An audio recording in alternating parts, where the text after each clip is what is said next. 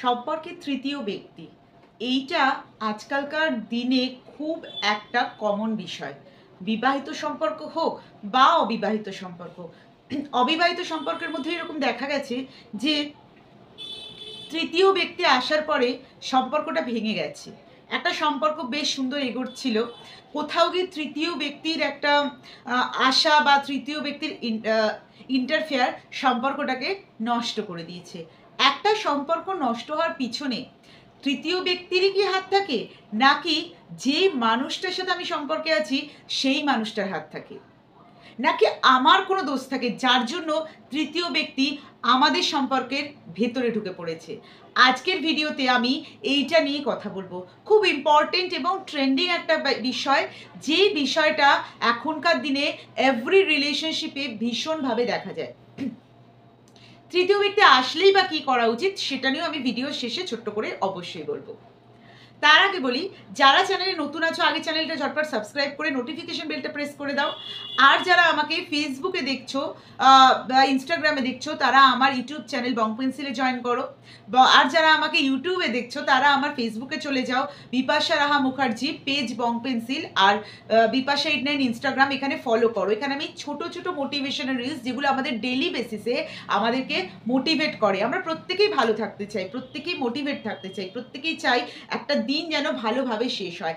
তার জন্য যেটা দরকার সেইটা আমি চ্যানেলে পোস্ট করি, মানে আমার পেজে, ফেসবুক পেজে, ইনস্টাগ্রামে। তো ওখানে কাইন্ডলি একটু ভিজিট করো, অনেক হেল্প পাবে। আচ্ছা, তৃতীয় ব্যক্তি মানে কি? থার্ড পার্সন কি করে আসে? আমরা দুজনকে এত ভালোবাসি, এত ভালো আমাদের সম্পর্ক, তাও তৃতীয় ব্যক্তি ঢুকে পড়লো। এদিকে বলছি আমি ওকে ভীষণ ভালোবাসি, আমি ওকে ছাড়া থাকতে পারবো না। সেও বলছে না আমিও তো তোমাকে খুব ভালোবাসি, আমিও তোমাকে ছাড়া থাকতে পারবো না, এত বছর ধরে এত দিন ধরে আমরা একসাথে রয়েছি। তারপরেও তৃতীয় ব্যক্তি ঢুকে পড়লো। কি করে হয়? কোনো জায়গায় ফাঁক থাকলে তবেই তৃতীয় ব্যক্তি ঢোকে, এটা মাথায় রাখতে হবে। ধরো সিম্পল একটা এক্সাম্পল দিই তোমাদের। আমি কোনো খাবার, ঠিক আছে, খাবারটাকে আমি রেখেছি, বাট খাবারটাকে আমি কভার করিনি, হ্যাঁ, ঢাকা দিইনি, আমি ওইভাবে রেখে আমি চলে গেলাম। আমার মাথায় আছে আমি তো খাবারটা ঢাকা দিয়ে এসেছি। এবার খাবারটার মধ্যে যদি কোনো পোকা, যাই হোক আরশোলা বলো বা যাই হোক হোয়াট এভার কিছু খাবারটার মধ্যে পড়ে, বা খাবারটা আমি ফ্রিজে রাখতে ভুলে গেলাম, বাইরে রেখে দিলাম, পরের দিন খাবারটা নষ্ট হয়ে গেল, তাহলে কি ওই যে পোকা ঢুকছে খাবারটার মধ্যে, ঢুকে খাবারটাকে নষ্ট করছে, জীবাণু দিচ্ছে, সে পোকাটার দোষ, নাকি আমি ফ্রিজে ঢোকাতে ভুলে গেছি ফ্রিজটার দোষ? দোষ কার? আমার খাবার যেহেতু একটা অবজেক্ট, সেখানে আমি তাকে বলতে পারি না, তাহলে দোষটা কার? আমার। আমি যদি খাবারটা কভার করে রাখতাম, আমি যদি খাবারটা ফ্রিজে রাখতাম, তাহলে কিন্তু খাবারটা নষ্ট হতো না। সেম রিলেশনশিপের মধ্যে আমরা যদি সম্পর্কে ফাঁক না রাখি, তাহলে কিন্তু তৃতীয় ব্যক্তি কখনোই ঢুকতে পারে না। আর একটা কারণ হচ্ছে তৃতীয় ব্যক্তি ঢোকার, সম্পর্কে ফাঁক আছে, পুরোপুরি সম্পর্ক ভালো কারোরই হয় না। আমি যদি মনে করি আমার সম্পর্ক বিশাল ভালো, আমার মতন হ্যাপি কেউ নেই, এটা কিন্তু ভুল। যারা এগুলো দেখায় তারা যে কতটা হ্যাপি সেটা খুঁজে দেখতে হবে, ঠিক আছে? এবার ব্যাপারটা হচ্ছে আমরা কেউ পুরোপুরি হ্যাপি নই, কিন্তু আমরা সেটা অন্য লোককে কেন দেখাবো যে আমরা হ্যাপি নই? হতে পারে তোমার পার্টনারের সাথে শারীরিক সম্পর্ক ঠিক নেই, হতে পারে তোমার পার্টনারের সাথে মানসিক সম্পর্ক ঠিক নেই, সেটা যদি তুমি জনে জনে তৃতীয় ব্যক্তিকে না জানাও, তাহলে তারা জানবে কি করে? আচ্ছা, এখানে একটা কথা বলে রাখি, তৃতীয় ব্যক্তি মানে কিন্তু শুধুমাত্রই কোনো অপোজিট পার্সন না, লাইক কোনো ছেলে, মানে আমার ধরো আমার আর আমার হাজব্যান্ডের সম্পর্কের মধ্যে আমার দিক থেকে কোনো তৃতীয় ব্যক্তি আসছে, মানে কোনো পুরুষ, বা তার দিক থেকে কোনো তৃতীয় ব্যক্তি আসছে মহিলা, এরকম কিন্তু নাও হতে পারে। তৃতীয় ব্যক্তি মানে কোনো ইন্ডিভিজুয়াল পার্সনও হতে পারে যে আমাদের সম্পর্কটাকে নষ্ট করতে পারে, লাইক কোনো রিলেটিভ হতে পারে, কোনো ফ্রেন্ডস হতে পারে, বা কোনো পরিচিত কেউ, কলিগ হতে পারে, এরকমও কিন্তু তৃতীয় ব্যক্তি হয়। যে আমার মেন কথা আজকের ভিডিও, সম্পর্ক নষ্ট হয় কেন হয়, তৃতীয় ব্যক্তি কিভাবে ইন্টারফেয়ার করে। আমার তোমার সম্পর্ক ভালো নেই, ভালো কথা, আমরা সম্পর্কটা নিজে বসে সমাধান করতে পারি, সেটা না করে আমরা জনে জনে তৃতীয় ব্যক্তিকে বলছি। তার মধ্যে এমন একটা মানুষ রয়েছে যে কিনা চায় না আমাদের সম্পর্কটা বিল্ড হোক এনি হাউ। সে কি করবে? সেটার সুযোগ নেবে।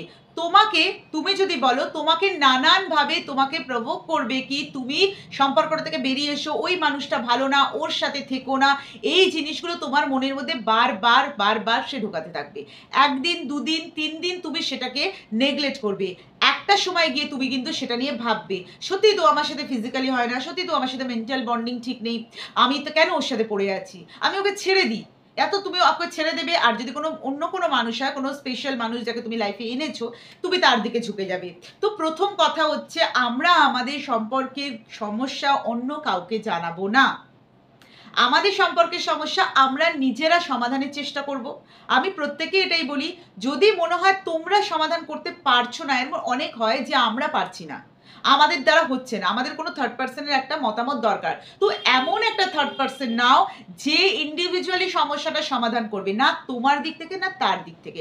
এমন একটা মানুষ, প্রয়োজন হলে পয়সা খরচা করে কাউন্সিলিং করাও, প্রয়োজন হলে এমন কোনো মানুষকে বলো, তোমার বাবা বা বাবা মা যদি নাও পারো, বাবা মার থেকে বড় অ্যাডভাইজার কেউ হতে পারে না, বাবা মাকে যদি নাও বলো, তোমার বোন বা ভাই, এমন কেউ যাকে তুমি ট্রাস্ট করতে পারো। প্রথম পয়েন্ট এটাই, তার সাথে তুমি শেয়ার করো সম্পর্কের সমস্যা। পয়সা হয়তো খরচা হবে, কিন্তু যার কাছে তুমি পয়সাটা খরচা করছো সে কিন্তু তোমার দিক থেকে বা তোমার হয়ে কথা বলবে না বা তার হয়ে কথা বলবে না, যেটা ঠিক সেটাই বলবে। আর এমন কিছু বলবে না যাতে তোমাদের সম্পর্কটা ভেঙে যায়। সো পয়সা খরচা করে যদি সম্পর্ক বাঁচাতে হয় তো সেটা বাঁচাও, এমন কোনো মানুষের কাছে বলো না যে কিনা তোমাদের সম্পর্কটা ভেঙে দিতে পারে। দ্বিতীয় পয়েন্ট, সোশ্যাল মিডিয়া এমন একটা প্ল্যাটফর্ম যেখানে মানুষ বসে রয়েছে তোমার কষ্টের কথা শুনে তোমার কষ্টতে মলম লাগানোর জন্য। আজকে তোমাকে মলম লাগাবে জানে কালকে তুমি পটে যাবে, কাল তুমি পটে যাবে মানে তুমি কাল তার সাথে দেখা করবে, তোমরা রুম শেয়ার করবে, তোমরা সেক্স করবে, ফিজিক্যালি হবে, তার নিডস পুরো হয়ে যাবে, সে কেটে পড়বে, আর তোমাদের সমস্যা সমস্যাই থেকে যাবে, সমাধান কিন্তু তার হবে না।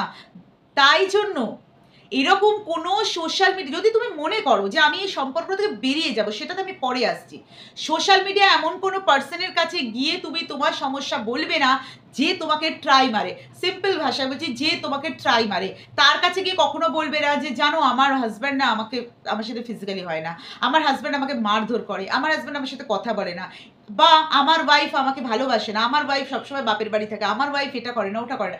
এইগুলো সোশ্যাল মিডিয়ায় এমন কোনো মানুষ বা মানুষদের কাছে বলবে না যে তোমাকে অলরেডি ট্রাই মেরে বসে আছে, যে তোমাদের সম্পর্কের ভেতরে ঢুকে সম্পর্কটা শেষ করার জন্য বসে আছে। ঠিক আছে, এটা গেল দ্বিতীয় পয়েন্ট। তৃতীয় পয়েন্টটা আসছে একটু অন্যরকম। তুমি কি চাও?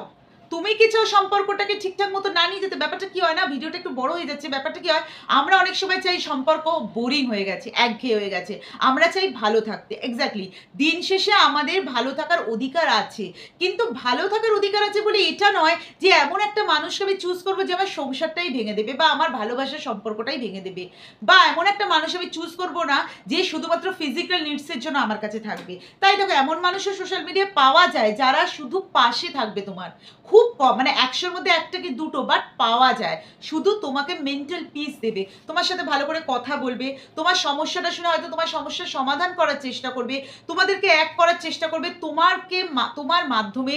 এরকম মানুষ যদি পাও তাহলে সেখানে তুমি নিজেকে ডাউন করো, সেখানে তুমি নিজের সমস্যার কথা বলো, সেখানে তুমি শেয়ার করো। অ্যাটলিস্ট দিন শেষে গিয়ে তোমাদের সম্পর্কটা ভাঙবে না, দিন শেষে গিয়ে সেই মানুষটাও কষ্ট পাবে না যাকে তুমি বলছো, কারণ তাকে তুমি প্রথমেই এটা বলে রাখবে যে আমি কিন্তু আমার সম্পর্ক থেকে বেরোতে পারবো না। এটা একটা ব্যাপার। তারপরেও আমরা অজস্র ভুল করি।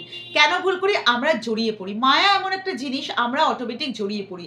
কিন্তু যদি তুমি মনের থেকে এটা ঠিক রাখো যে যাই হয়ে যাক আমার ভালোবাসার মানুষকে আমি ছেড়ে যাব না, সম্পর্ক ঠিক রাখবো, হ্যাঁ আমার হয়তো কোথাও গিয়ে মনে হচ্ছে যে একটু কথা বলার মানুষের দরকার, তাহলে তুমি কথা বলতে পারো, কিন্তু আগে নিজেদের সমস্যাগুলো সমাধান করো। তোমাকে একা আমি একদমই বলছি না, মানে যে যা সমস্যা, উল্টো দিকের মানুষটাকেও কিন্তু চেষ্টা করতে হবে। সে যদি সম্পর্কে ঢিলেমি দেয়, সে যদি শারীরিক সম্পর্ক না করে, সে যদি মানসিক সম্পর্ক না রাখে, তাহলে মানুষ অন্যদিকে যাবেই, কারণ মানুষ এখন অপশন খোঁজে। আমাদের আশেপাশে অপশন ভর্তি, ফুল অন অপশন, তো যেখানে সে অপশন পাবে সেখানেই যাবে, খুব স্বাভাবিক। তাই বেটার কি নিজেদের সমস্যা সমাধান করো, যদি না সমাধান করতে পারো বেরিয়ে এসো সেই সম্পর্ক থেকে, সেটা বিবাহিত সম্পর্ক হোক অবিবাহিত সম্পর্ক হোক, বেরিয়ে এসে তুমি একজনের সাথে থাকো 10 জনের সাথে থাকো সেটা পরের কথা, কিন্তু বেরিয়ে এসো। একটা সম্পর্কে থেকে আর একটা সম্পর্কে যাওয়ার আগে একটু ভেবো যাতে তোমার সম্পর্কটাও নষ্ট হবে, আর সেই মানুষটা তোমার সাথে কিন্তু লাইফ টাইম থাকবে না, সাময়িক খুশি দেবে, টেম্পোরারি হ্যাপিনেস। পার্মানেন্ট হ্যাপিনেস কিন্তু এক্সট্রা অ্যাফেয়ারে পাওয়া যায় না, এটা মাথার মধ্যে ঢুকিয়ে নেবে। তুমি যদি টেম্পোরারি হ্যাপিনেস চাও তাহলে অবশ্যই এক্সট্রা অ্যাফেয়ার করো, যদি তুমি পার্মানেন্ট সলিউশন চাও তাহলে অ্যাসিওর করো আগে সেই সম্পর্কটা ঠিক না ভুল তোমার জন্য, সেই মানুষটার সাথে তুমি আগামী দিনে পথ চলতে পারবে কিনা, দেন তুমি এই সম্পর্ক থেকে বেরিয়ে এসে তারপর সেদিকে যাও। একসাথে 10 জায়গায় মুখ লাগিয়ে বেড়ালে তোমার চরিত্রের দোষ। আর যদি একটা মানুষের সাথে তুমি ভালো থাকতে পারো নিজের সবটা ঠিক রেখে, তারও সবটা ঠিক রেখে, তাহলে ভুল কিছু নেই। কিন্তু আগে অ্যাসিওর হও সেই পার্সনটা কেমন, তোমার সাথে শারীরিক সম্পর্ক করে, তোমার সাথে টাকা পয়সার সম্পর্ক করে তোমাকে ছেড়ে দেবে না তো, কারণ ভবিষ্যতে কিন্তু এইগুলোই কষ্ট দেয়। ভালো মেমোরিজ অলওয়েজ আমাদের ভালো ফিল করে, আর খারাপ মেমোরিজ কিন্তু আমাদের কষ্ট দেয়, সেখান থেকে আমরা আরও খারাপের দিকে এগিয়ে যাই। তো কেয়ারফুল থেকে এক্সট্রা অ্যাফেয়ারে যেও। এক্সট্রা অ্যাফেয়ার ভুল নয় আবার ঠিকও নয়, ঠিকভাবে চালাতে পারলে একদম ঠিক, ভুলভাবে চালালে এটা কিন্তু তোমাকে ধ্বংস করে দেবে, এটা মাথার মধ্যে ঢুকিয়ে নিও। ভিডিও ভালো লাগলে চ্যানেলটা সাপোর্ট করো, ভালো থেকো, সুস্থ থেকো, পজিটিভ থেকো।